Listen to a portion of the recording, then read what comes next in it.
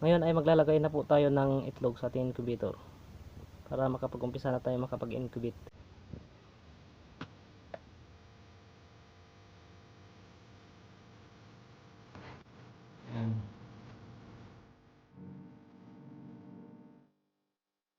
Lagyan muna natin ng tubig sa ilalim.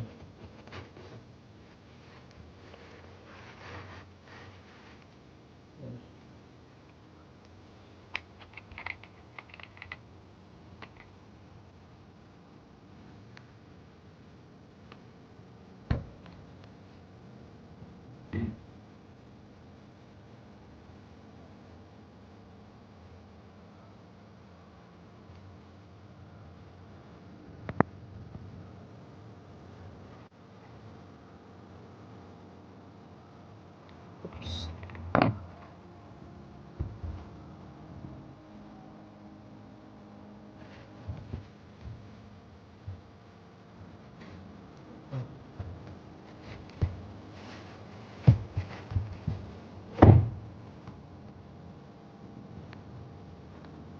Yeps. Ito yung itlog. So, malalaman natin to ngayon kung ilan yung laman ng incubator na to.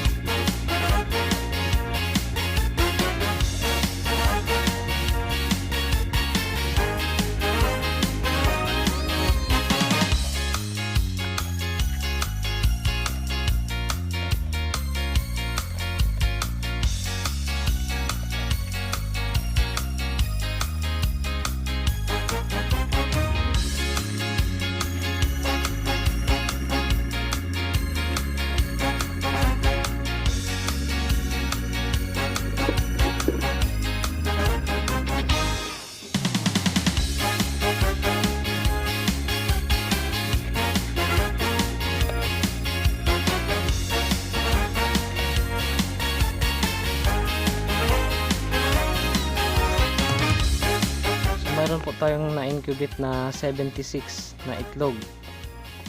So abangan na lang po natin to kung ilan yung mapipisa.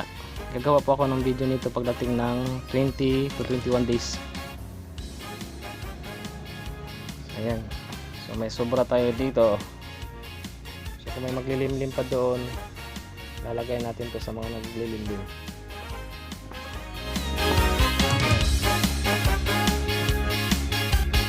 So ayan po,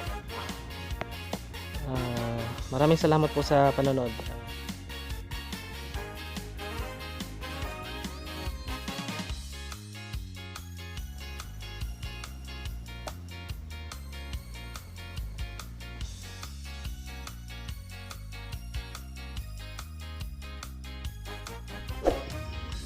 Please subscribe and click notification bell for upcoming videos. Thank you.